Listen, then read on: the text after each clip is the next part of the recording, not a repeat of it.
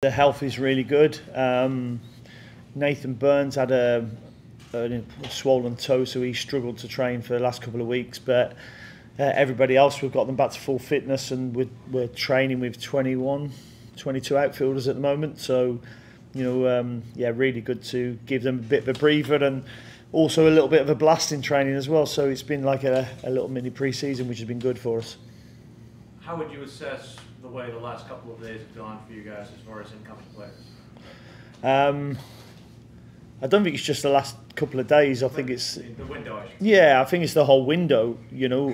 I think any club's aim should be, and any club I've been at, is the aim before the window and the end of the window is to come out of it looking better.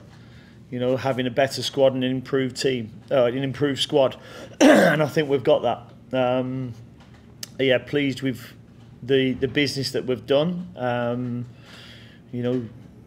Disappointed on some of the ones that we've missed as well, but that's the way business goes throughout the window. It's very difficult, I think, a very difficult period for US teams, MLS teams, because I think everybody knows when you're trying to do deals or make deals, if you're looking to sell a player, you're looking to create a market because you want to get as much money as you can for them. And the buying team is looking to get what they believe the value of the player is. And unfortunately in Europe, their window is open till the 31st of August and ours is now closed. So that market for us, unfortunately, is very small. How much of a disadvantage is that for you guys in terms of the decisions you have to make, and almost kind of feels like you got to pay a tax for ending the window earlier? Yeah, I think it's very tough. I believe Canada's window closed last week as well, which makes it even tougher for the likes of Toronto, Montreal, Vancouver. Yeah, so squaring off that window is really important, I believe. Just to not have to pay that extra tax, as what you call it. How would you feel that Pep? What does he give you that you didn't have before at the attacking midfield? Creativity. He scores goals. I spoke to people who had him at Copenhagen. He's one who's been on our list for a long time. The club scouted him before I was here, so that's how much they know about him. I know of him from Copenhagen first and foremost because I know a lot of the people there. Obviously, when I was at Brentford, we had connections with the Danish league, and he went there and first time out of Spain, had to find his feet first, but when the new coach came in, he excelled and they ended up winning the league with him, and he became the best player in the league at that time as well. And Olympiacos then came in for him and he continued doing what he was doing, and yes, Farap has ended up taking him on loan again at Augsburg, which tells you his thoughts on the player. Caleb.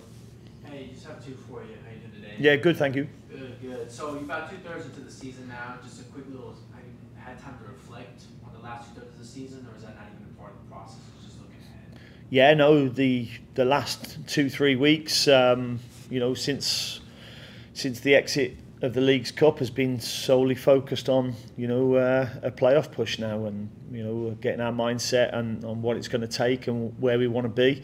And the players have responded really well. We've had some days off where they've needed it, but our focus is now on Red Bull and then Atlanta the week after. Okay, cool. And could you kind of go more in depth into sort of your approach for these last 9 games? What sort of some of the goals, the main sort of mentality you guys want to have? Win them. Yeah, no, it's to go into each game. We can take a lot of confidence with what we've done in our last 3 games, all away from home, all tough games. Came out with 5 points, good performances in all the games as well, Cincy, Columbus and then Austin. So we'll certainly take the positives from that. Great, thank you. No problem. Carol. With Nathan, do you think there's a chance he can be ready to play when you? Oh yeah, Nathan will be ready. Okay. Yeah. Having a chance to have Swiderski and Abada together for the first time, you see some things developing with them? Yeah. I mean, and going back to the window, it's been a good window for us, I believe, because of the ambitions that the club has shown. I feel really supported by I know the numbers that we've offered to players and clubs and agreed with players and clubs, and it shows me a really ambitious owner. And our GM has worked extremely hard. He's been based in London for the last 10 days. So we've had Swiderski back. He's yet to play with Abada, who was on Olympic duty. So that fills me with excitement. We've got Pep, coming in as well. So I think, we have strengthened, and I've not even mentioned Tim Ream yet, and probably one of the biggest ones is Adil Melander extending his contract as well. So we have strengthened ourselves and looking forward to what we can actually do in the final third, because that's probably been our biggest problem this season.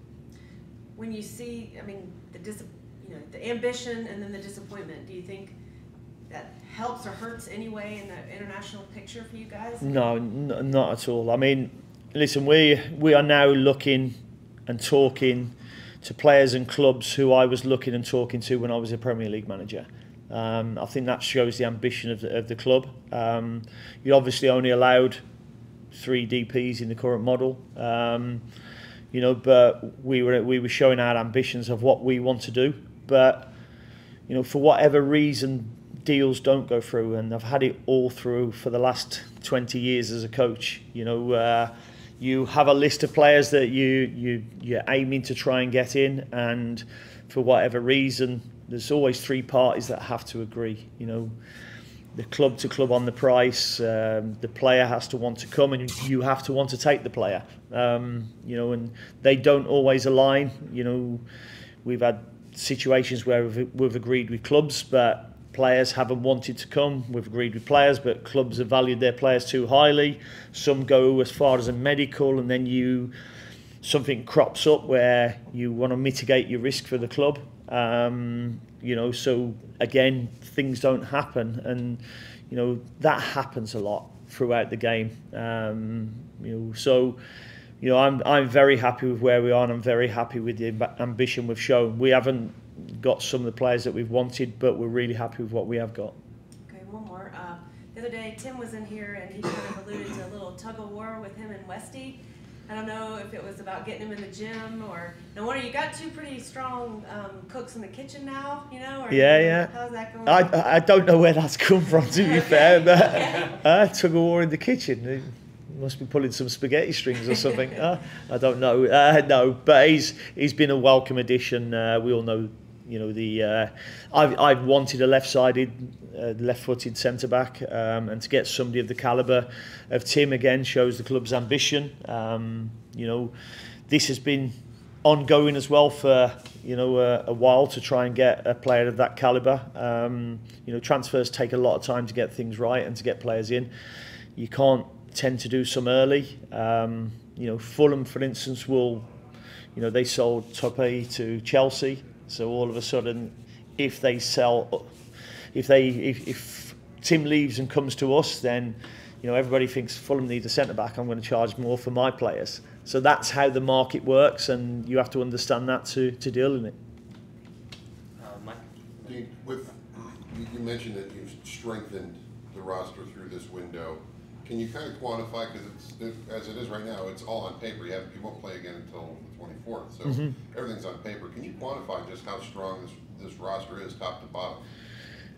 I think we've got competition in most positions all over the pitch, and that's going to be the strength that you're going to need for the last push. I look at every position. It was great for Dave Bingham to come in and do so well against Cruz Azul, win the penalty shootout, because as well as Callie knows how much we respect him and how well he's done, but all of a sudden it puts a little bit of pressure on Callie as well, and that's what you want at a club that's going to be competitive, and we want to be competitive, and we want to get through to the playoffs and give a good account of ourselves in that playoff. So that's the push that we're doing now. So the additions, it's always hard to quantify, in terms of what you're seeing on the training ground, but, you've got to bring in better than what you've already got, and I think we've done that. With the additions and the strengthening of the roster and the depth across the board, how much pressure is there now on you to get the right combinations out there produce victories and get those 3 points week in, week out? No more pressure than I put on myself anyway. You know, I want to go into every game. I want to be successful. I want to win. I'm loving my time here, and you know, the support that I'm getting from the front office and the ownership has been fantastic, but also the supporters, and I want to give them something to shout about. You know, we're still a young club, and you know, with a young club, you'll get some teething problems that we've had over the last 2.5 years. But I think we're becoming a club now that's going to be, you know, hopefully become one of the top MLS clubs. And you say it's that much more pressure. Is there more reaching for the Advil, trying to figure out these combinations? I mean, it's probably a great headache to have. Yeah, it is. I said before I came, I think I've been the head coach for over 700 games, and you know, coached for probably another 500 plus as well. So you know, that's my job, to come up with them, the systems and the combinations that are going to work between players. And you know, we still haven't stopped. We're still probably looking to announce something next week as well. You know, so if we do that, it strengthens us even more. Okay. Just my question is similar to his, but if you look back in May, you had let Enzo go. You really only had Patrick up top because Abada was injured, and now you know you've made acquisitions in every line. How complete do you feel like your squad is heading into these matches? I think we're as complete as we can be in terms of, you know, filling the slots that we need to fill. You know, whether that's going to be the right players or not, only time will tell. But that's down to mine and my coach's job, you know, to work with them and make sure we get it right. We've got a good high calibre of players, but we'll still look to improve it when the next window opens as well. And that's what we have to do to continually become a really good club. Nice. And then you've talked about the ambition of the club. If you look at some high-profile names that have been, I guess, in works, none of them have really come to fruition. Do you feel like maybe being in a market like Charlotte hinders your ability to attract some of this top talent? No, I don't think it's been the market of Charlotte at all. You know, sometimes, and I know this from personal experience, the perception of the MLS from Europe at times probably can hinder, and our job is now to change that, because this is a much better league than the perception is in Europe. And you know, to try and get them top players. You know, the best player in the world is here. You know, so it tells you how strong this league can be. You know, but we have to keep trying to move that needle as often as we can. Nice. And like when you talk to, I guess, guys like Damien Vardy or other players that you may have interest in bringing to Charlotte, what kind of things do you mention about, I guess, this league and what you're trying to build here? The first thing that we mention when we talk about Charlotte is the fans. You know, the atmosphere at the games is tremendous. You know, all our squad enjoy playing at the Bank of America. You know, and that's got to be a selling point to start with. The training facilities that we have here is on par with, probably there's only 4 or 5, maybe 6 teams in the Premier League that haven't got as good a facilities as we got here. And they were complimented, you know, when I saw Carlo with Real Madrid here, about the facilities that we've got here. So, you know, we're growing. It's growing all the time, and you know, I think we'll continue to grow. Sam. I'll try to make these quick. Hope you're doing well, Coach. Thank you. First off, you're wearing a For Her Crown shirt today. I wanted to know, with the women's team coming to Charlotte this week, or will you be there on Saturday? No, because we're having a game ourselves. What do you call it? A scrimmage? Yeah. We're having a friendly.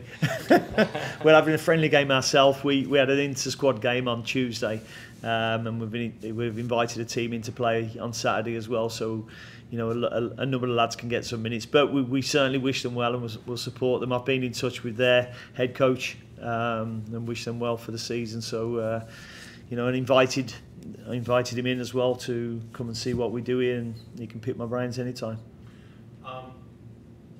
It was announced today that Charlotte FC had chosen the designated player model under the new MLS roster rules system. Obviously, the 3 DPs are set, but that gives Charlotte more roster space for U22s. Are you all still looking for any U22 free agents who can come on after the transfer window? Well, we're always looking to strengthen, so if somebody comes along, then we would look to strengthen. It's quite interesting. I thought they were private questions that we were answering about 8 weeks ago, but maybe not. But yeah, we're always on the lookout for good players. It was reported that the Calvin Stingsdale, one of the things that might have made it fall through was Charlotte concern after the physical. Is there any truth to that, or can you shed any light on that? I can't shed any light because I'm not going to talk about any individual players who don't become Charlotte players, because they're not our players until they do. It'd be wrong of me to shed any light on any names. Coming up, as you said, you have a lot of competition at each role. Andrew Privet did a lot of work for the team, and now going to be competing with Tim Ream at center back. Andrew got a new contract. Wanted to know if another person who's been sort of displaced or will be fighting for that role, Patrick Ajamong, has there been any thought to his contract? There's certainly been a conversation been had, and he's a player who got mentioned earlier, who when Enzo Capetti left, was holding the fort as the sole centre forward, and he's done a tremendous job, and he's somebody who we think very highly of. So there's certainly been talks been made, and I've gave my opinion on what we should do. And it seems like the only transfer news we haven't talked about is Diatra going out and Idan coming in. Any comments on either? Oh, listen, Brett, we wish him well. What a good professional through the whole process he's been. It didn't quite work out for him, and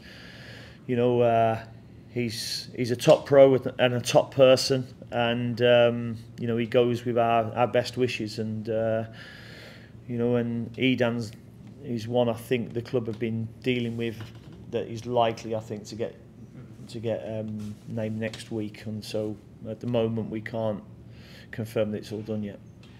And finally, I know that at least one from your league team is celebrating the life of your friend Shakespeare this weekend. Can you just tell us anything that you'd like to add to the chorus of praise? No, it's a tough one for me, that. Yeah. Well, sincere condolences on your loss, and best of luck with the friend. Thank you. Appreciate that. Nikki in the back.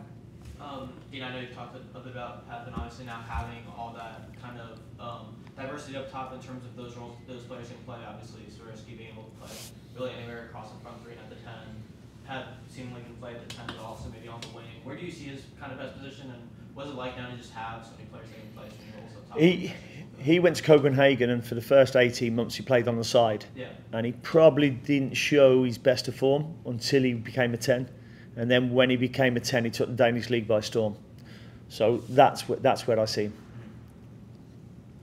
Good, Nikki? Yeah, Cool. Follow-ups, Carol, and then we'll work our way down. Yeah. Visa situation for Pep, I know you never know, but how's it looking? I have no idea. Okay. I have no idea. I hope it's not too long, because the games will run out. There's only 9 left until the playoffs. So yeah, hopefully we can get them done soon. Yeah. Mike? With all the downtime, how difficult or fun has the time between matches been for you? Players hate training, from everything we've been told. They'd rather play games. There hasn't been a game. So what's been the challenge for you to keep these guys engaged and moving forward and staying ready, because on the 24th you play the Red Bull? Well, I think the first thing my first meeting with the players, I won't go into too much, but I showed them what I believe is a strategy for success, and one of the portions of a wagon wheel is culture, and how our behaviours are every day, how we set the environments. And I can't speak highly enough of the players, how they've set the environments and how they've set the standards. So training hasn't been a problem. the boys have been really good. I worked them extremely hard on Tuesday, and they had a bit of a rest on Wednesday, and some of them were still feeling the effects of Tuesday. But there's not been one complaint. They've complied with everything we've asked. They've had some days off when we felt we needed. We were going to train during the storm, but I drove here and thought the conditions were too bad, to be honest. So I called training off that day, and they had that weekend off. So no, they've been good. It's a long season. I didn't realise how long it was here. January the 9th, I think I was first in, and we started pre-season training. And it can run all the way to December. So it's a long drive. So as unfortunate it was to go out of the Leagues Cup, it wasn't a bad thing as well to get a bit of a breather, but also to reset a little bit as well and go over some of the basics and reflect on what we've been doing. Tim kind of made mention of the fact that this kind of feels like pre-season for him. How do you make sure that it carries the intensity of regular season, but also, like you said, kind of pulling back when you need to? Yeah, I mean, that's my experience, I suppose, of knowing when you can give the lads a break and when you need to, get the foot on the gas a little bit. So using the experience that I've had of when I've had breaks before, and I've had 3 and 4 week breaks before during the season, for usually in England through weather, and frozen pitches and whatnot. So yeah, the lads are ready. We'll be ready for Red Bull, that's for sure. You mentioned the misses in the business market, but they're probably more. Who, my wife? That's what I thought you did. My missus in the... No. Sorry. Transfer things that did not occur. But it did seem like there were different people and more people talking about your club than ever had. Does that signal to the world that you're wanting to basically have an arrival moment here? I think it's signalling to the football world how serious we are in becoming one of the top clubs here. I think it signals our ambitions of what we want to become, and that we're actually knocking on the right doors as a club as well. Best to the missus. Thank you. Everyone in the room okay? We'll go to the Zoom. Okay, let's go to the Zoom. I got 2 people on. Steve Goldberg, let's start with you. Hello, Dean. Hey, Steve. Hey, just going back to Tim Ream, who brings a lot of experience from a lot of different levels to this team. What has his impact been so far, on the training ground and in the dressing room? Probably too early to tell in the dressing room, but his experience on the training ground already has shone through in terms of he's a talker, he's a leader, and he adds to what we've already got. Ashley Westwood, leader, talker, Nathan Byrne, leader, talker. So I think it'll give the younger players the opportunity to see somebody who's played at the top level again and reinforce what we're telling them what takes to be a good leader, and hopefully they can learn from that, and I think he won't fail to improve some of the players around him. Thank you. Thank you. Thanks, Steve. Benjamin Steiner, go ahead. Hi, Dean. Ben Steiner, MLSsoccer.com. Just wondering why now for a player like Tim Ream to come into the team, and was this something that was driven by yourself as well? It was. I first looked at the squad and I felt we lacked a few more Americans in the squad. And I think I've spoke about this before. It's really tough when you're a new franchise team to get some of the top American players. But that was always one of the things when I came in that I felt we could get some of the top American players within the squad. There'll be some names that we've been aiming for during this window that we've missed out on that probably haven't even been speculated on. But that is the nature of the work that we're trying to do. All right, thanks, Ben. Last call. Is that kind of to build the brand, to build a relationship with fans, just to, I just think when you've got, I look at Brant Bronico, for instance, and what this club means to him and playing for this football club, and I just think, you know, sometimes I look at the players, and this can be both 11s. You know, when the national anthem's on, there's only probably 4 or 5 players, you know, really, you know, with their hands on the heart, giving the national anthem out. And I just think it would be pretty cool for us to have a few more of them players. But they do come at a premium. But I believe they bring that care and attention to the squad as well. Why is that? Is it because there's a few at the absolute elite level, or?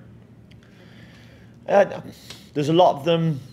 When they do hit a certain level, they go abroad and play in the top 5 leagues, and that has got to be our aim for the MLS now, to become one of them top leagues. Cool. All right, wrap up there. Thanks, everyone. Thank you. No problem.